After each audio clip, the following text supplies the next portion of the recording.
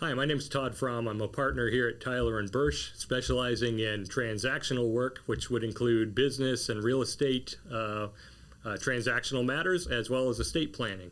One of the questions that I'm asked quite a bit is, which entity should I form? If I've got a business and I'm trying to decide, do I get an LLC? Do I get an S Corp? Do I get a C Corp?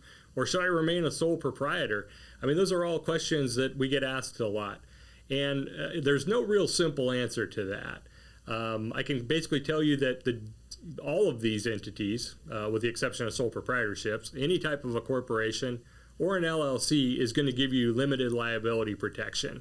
Meaning if your entity is sued for some reason, they're going to have a difficult time coming after your personal assets. To do that, they would have to basically file an action to pierce the corporate veil and to basically prove to the court that you have been using this entity as an alter ego of yourself. You're just using it as your personal piggy bank. You're following no corporate or LLC formalities, and that it should be disregarded as such. So what's the difference between a corporation and an LLC? Well, primarily, corporations have been around a lot longer than an LLC. Corporations have been around for decades, and the case law and the statutes have developed along with that to where it give you a lot more certainty. LLCs have been around a while as well, but that's only been since probably 1970. So the case law, the statutes are not as well developed. And honestly, people have a better understanding of the elements of a corporation, the shareholders, the directors, the bylaws, as opposed to an LLC, which has members, managers, and an operating agreement. So some people feel a little more comfortable with a corporation just generally because they understand the language.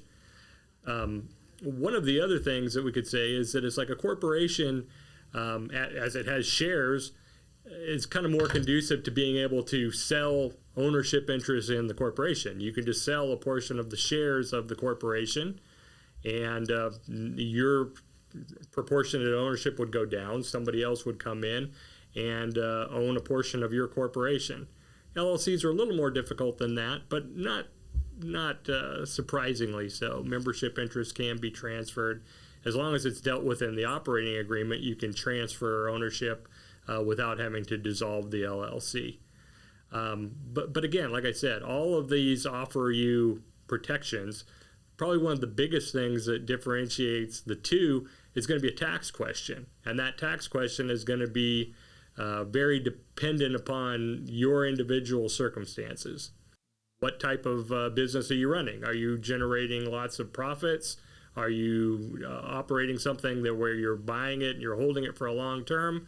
And those are questions that we would talk with you about in consultation with your tax advisor to make sure that whatever entity you choose is the best one for you. All right, well, if everything I just said just sounded like Greek to you and you're thinking, I have no idea which one I need to go with, that's probably a pretty good indication that it would be a good time for you to give us a call.